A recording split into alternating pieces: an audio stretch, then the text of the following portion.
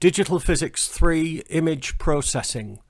I did say that one of the advantages of digital information is that you can do clever things with it using algorithms. If you put the information through an algorithm, you can achieve various things. One thing you can do with digital information is you can compress it.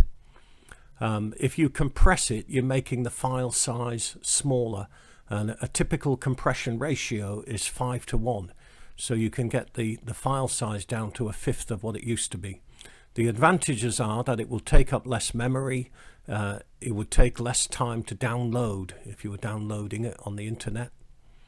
Different ways you can do it. You can convert the image to one with a smaller bit depth or with larger pixels. Large parts of the image may all be the same color, so you don't have to give the same information repeatedly many times. And then for video, a clever thing you can do is from frame to frame, you only send information for the pixels that actually change. Of course, some of these compressions are what we call lossy.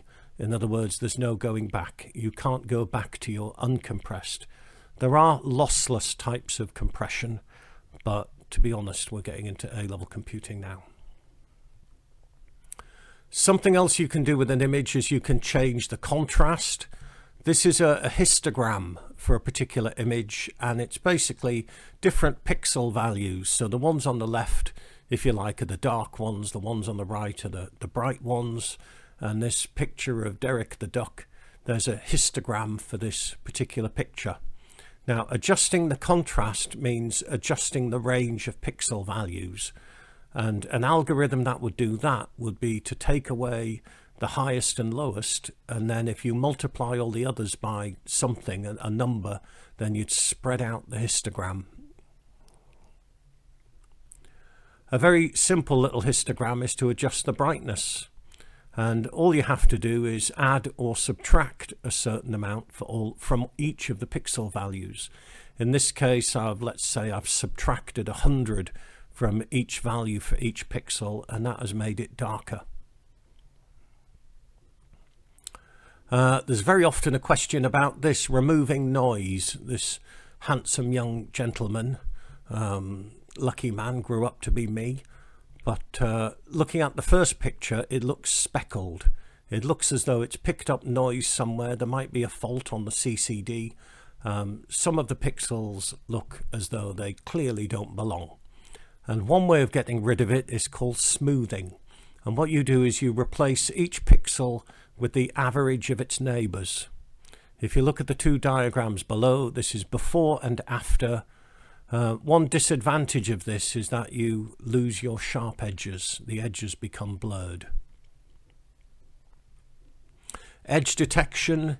If there is a question on this, then you'll be told what the algorithm is, and it'll be like a comprehension type thing. It's used to highlight the boundaries, in this case the boundaries between different types of tissue, which could help a surgeon or a consultant, whoever, figure out what's going on.